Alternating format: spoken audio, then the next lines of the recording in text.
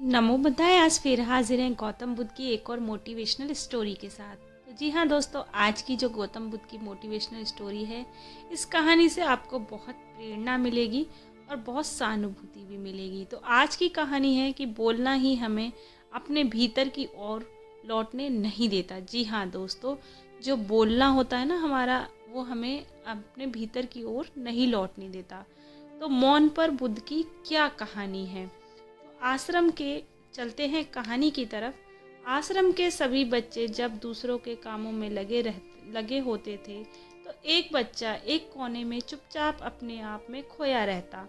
वो अक्सर किसी से ज़्यादा बात नहीं करता। आश्रम के सभी जिम्मेदारियां पूरी करने के बाद जहाँ सभी पूरे बच्चे पूरे दिन की घटनाओं की चर्चा करने लगते, वहीं पर वो शांत रहता।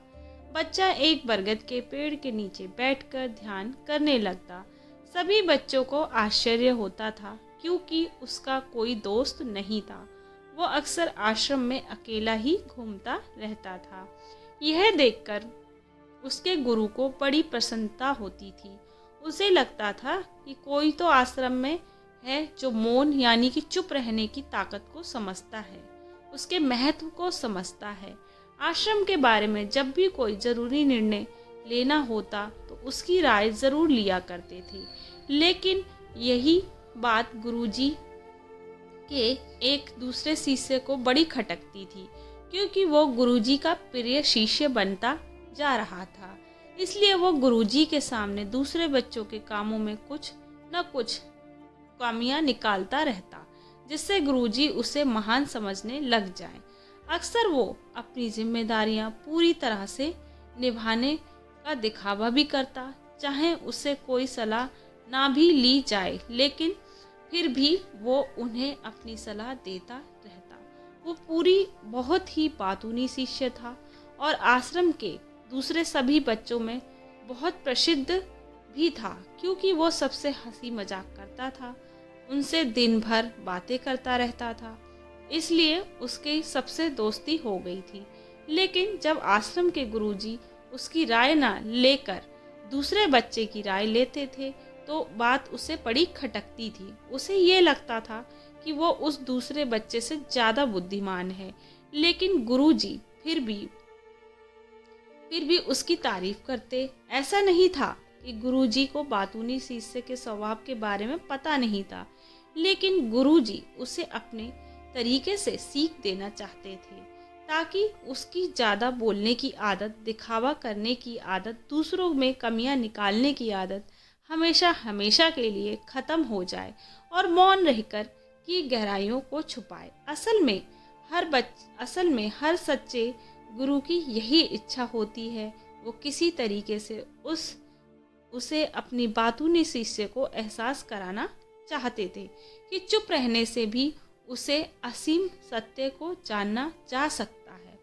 उस विराट का एहसास चुप होकर किया जा सकता है। एक दिन गुरुजी को एक तरीका सूझा। उन्होंने आश्रम के सभी बच्चों को अपने पास बुलाया और कहा कि मैं तुम सभी को दो हिस्सों में बांटकर अलग अलग गांव में भिक्षा मांगने के लिए भेज रहा हूँ, और जो भी बच्चे सबसे ज़्यादा भिक्षा मांग कर लाएंगे, उन बच्चों को आश्रम की सभी जिम्मेदारियां निभाने का मौका दिया जाएगा। अपनी बात जारी रखते हुए गुरुजी ने बताया कि शिक्षा मांगने से हमारा अहंकार खत्म होता है।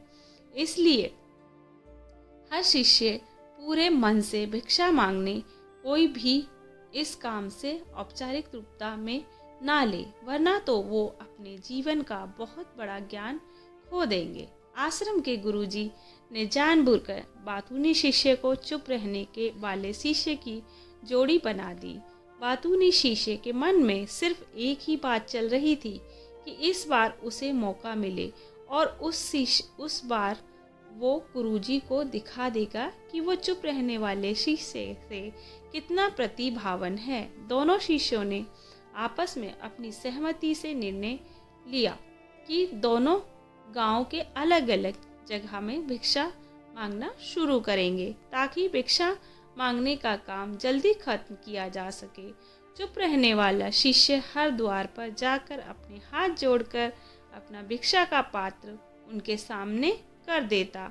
उसके चेहरे पर एक सादगी, उसकी आंखों में एक एकांत था, जिससे भिक्षा देने वाले उसे भिक्षा देकर अपने आप को अनुग्रहित समझते। वहीं पर दूसरी ओर बातूनी शिष्य हर द्वार पर जाकर उनको कुछ न कुछ ज्ञान देने लगता था, जिससे ज़्यादातर लोग उसे बिना भिक्षा दिए ही लौटा देते थे। पूरे गांव में भिक्षा मांगकर जब गांव के बीच में मिले तो बातूनी शिष्य ने देखा कि चुप रहने वाले शिष्य के पास उससे दुगनी भिक्षा थी। यह देखकर उसे मन ही मन बहुत ठेस पहुंची। लेकिन जब दोनों भिक्षा मांगकर भिक्षा का सामान लेकर आश्रम की तरफ जा रहे थे, तब बातूनी शिष्य को एक चालाकी सूझी। उसने चुप रहने वाले शिष्य से कहा कि हमें अपनी भिक्षा एक ही थैले में डाल लेनी चाहिए। गुरुजी ने हम दोनों को एक साथ भिक्षा लाने के लिए कहा था। चुप रहने वाले शिष्य ने बिना कुछ बोले अपनी सारी भिक्षा उस थैले में डाल दी। बातूनी शिष्य मन ही मन बहुत खुश हो रहा था कि अब गुरुजी को यह पता नहीं चलेगा कि ज़्यादा भिक्षा हम में से किसने मांगी। उसे लग रहा था कि गुरुजी भी मुझे इससे कम प्रतिभावान समझेंगे, इसलिए उसे ये तरकीब लगाई। सभी शिष्य के आने के बाद संध्या के समय जब सभी की भिक्षा तौली गई तो इन दोनों शिष्यों की भिक्षा सबसे ज़्यादा निकली। गुरुजी ने इन दोनों का अभिवादन करते हुए आश्रम के सभी बच्चों के सामने उनकी पीठ थपथपाते हुए उन्हें मुबारकबाद दी और कहा कि मैं आश्रम का कार्यभार तुम दोनों पर को नहीं सौंप सकता। इससे आपसी मतभेद होने का खतरा रहता है, इसलिए तुम दोनों से ज़्यादा भिक्षा लेकर आया है। आश्रम की जिम्मेदारी उसे ही सौंपी जाएगी।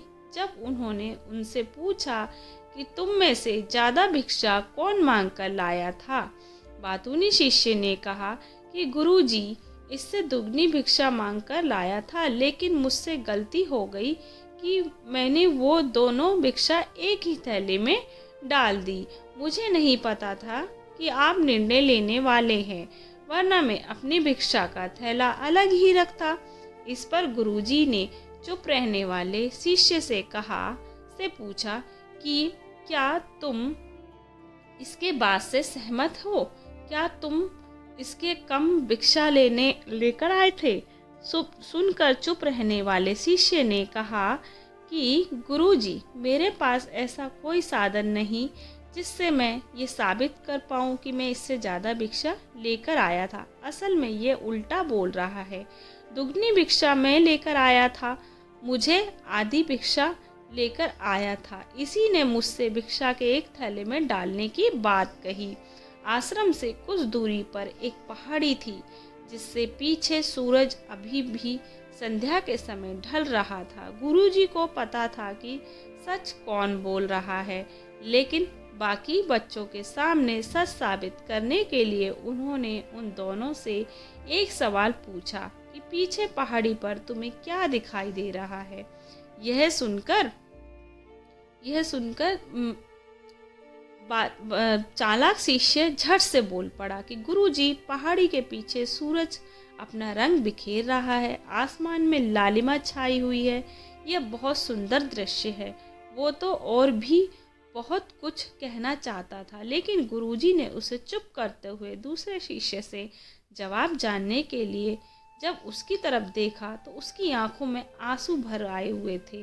श्रद्धा, भक्ति और प्रेम उसकी आंखों में भर आया था। गुरुजी उसे पूछने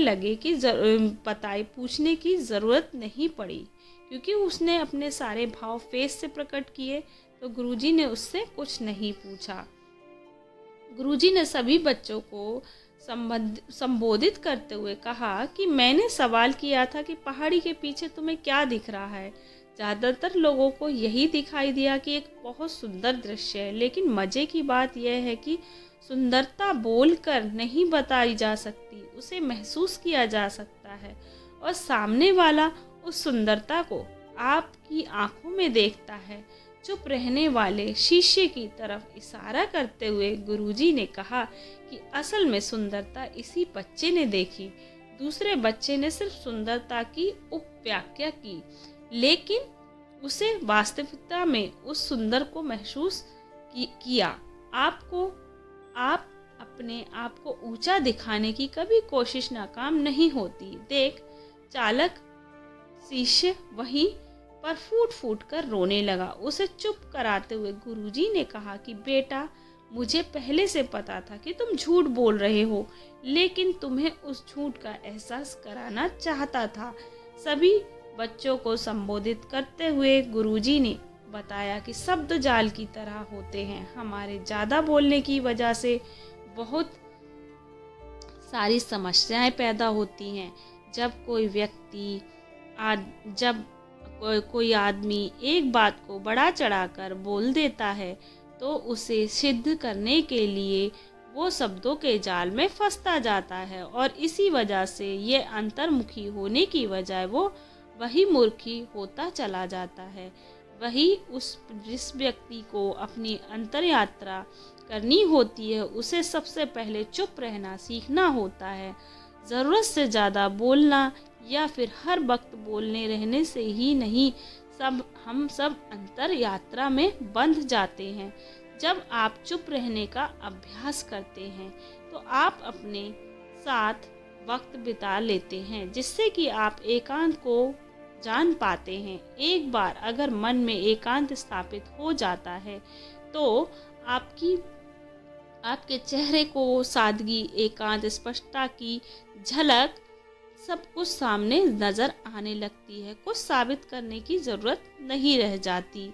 चुप रहने वाले शिष्य की तरफ इशारा करते हुए गुरुजी ने कहा, अभी जो दृश्य देखा इस बच्चे ने, वो ज्यादा बोलने वाला आदमी कभी नहीं देख पाएगा। अपनी बुद्धि से तर्क वितर्क करते रहना चाहिए, जो कि उससे तभी दिखाई देगा, लेकिन उससे वो महसूस कुछ भी नहीं कर पाएगा।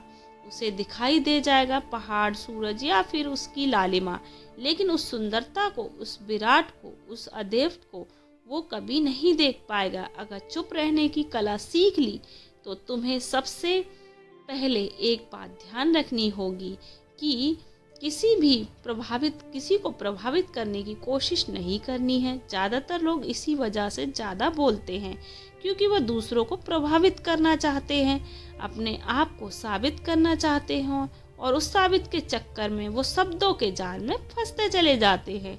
धीरे धीरे वह उनकी आदत बन जाती है, और कोई भी व्यक्ति दूसरों को प्रभावित करना चाहता है तो वो कितने लोगों को प्रभावित कर पाएगा, उसकी यह भूख बढ़ती जाती है, और वही संसार के सभी को प्रभावित कर पाएगा। इसलिए यह समझने की बात नहीं कि वही मूर्खी लोगों की बजाय हम अंतर्मुखी होने पर अपने आप को समझ सकते हैं। तो दोस्तों, हमें अपनी बातों को ख़त्म करते हुए गुरुजी ने अपना आखिरी संदेश दिया कि उन्होंने बताया कि अगर कोई व्यक्ति ज़्यादा समय तक चुप नहीं रह सकता तो उसे थोड़े समय से अभ्यास करना चाहिए। निश्चित संकल्प लेकर किसी व्रत की भांति दिन में कुछ समय, या फिर हफ्ते में कुछ समय, या फिर दिन में एक बार अभ्यास जरूर करना चाहिए। इससे हमारे चुप रहने की आदत धीरे धीरे खुद ब खुद पनपने लगती है, क्योंकि वह एक बार हम चुप रहने लगते हैं तो हम चुप रहने का आनंद ले पाते हैं। उसके बाद हमें प्रयास नहीं करना पड़ता, बल्कि हमारा मन आनंद की तरफ बढ़ने लग जाता है। तो दोस्तों, कैसी लगी आपको ये गौतम बुद्ध की कहानी कि मौन रहें, शांत रहें, सारे समाधान अपने आप मिल जाते हैं। तो इसी तरह की गौतम बुद्ध की और भी मोटिवेशनल स्टोरी आप मेरे चैनल पर देख सकते हैं। अपने फ्रेंड्स और फैमिली के साथ लाइक, शेयर और सब्सक्राइब कर सकते हैं। तो दोस्तों, देखा मौन में कितनी ताकत होती है, और जरूरी नहीं हर बोलने वाला व्यक्ति समझदार होता है। कुछ बातें चुप रहकर भी समझी और सीखी जा सकती हैं। कहते ना, शब्द के बिना भी हम बहुत कुछ कर सकते हैं, बिना बोले भी। तो शब्दों में तो ताकत होती ही है, लेकिन कई बार शब्द ऐसे होते हैं कि जिनकी ताकत हमारे लिए अच्छी नहीं होती है। तो बस दोस्तों, बस इसी के साथ मैं आप फिर लेकर आऊँगी एक और नई कहानी। तब तक के लिए बुद्धम शरणम गच्छामि, धम्मम शरणम गच्छामि, संघम शरणम गच्छामि। नमो बुद्धाय। तो दोस्तों, आशा करती हूँ आपको मेरी कहानी बहुत पसंद आई होगी।